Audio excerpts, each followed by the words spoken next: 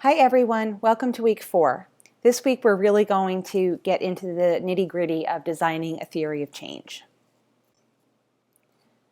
We have 2 chapters this week. The first is chapter 7, and that focuses on really developing a theory of change and breaks it down into 3 key steps: the situation analysis, focusing and scoping, and developing the outcomes chain.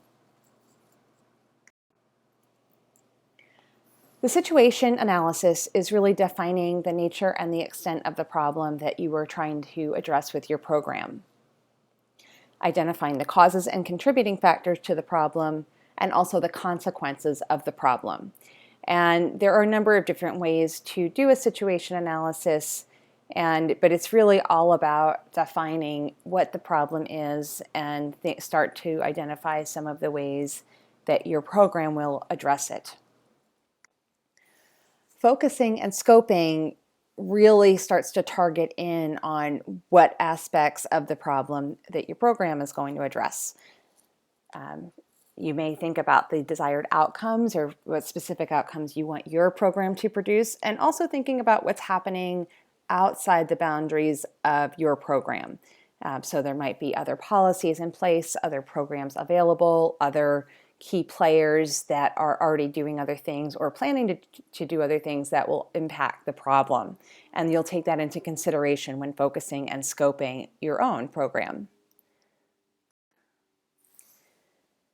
The outcomes chain is a visual depiction of how the program functions. It links the theory of change and the theory of action with a series of if-then statements. So if X happens, then Y will result.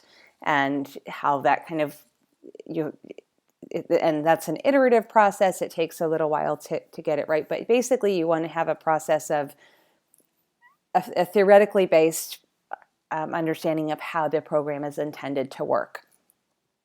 And this will be the foundation for really implementing the program in the future.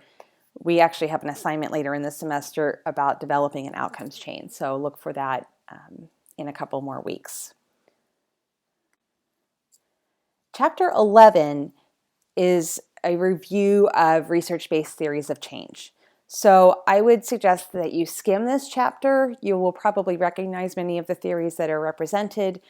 Perhaps you will see some new things, but I would skim this just to get an idea of some of those things that are out there that you might consider as you're developing your own theory of change, and just let those ideas kind of percolate as you are developing your program in the coming weeks, and then you can return to that chapter as needed as you're working through the assignments.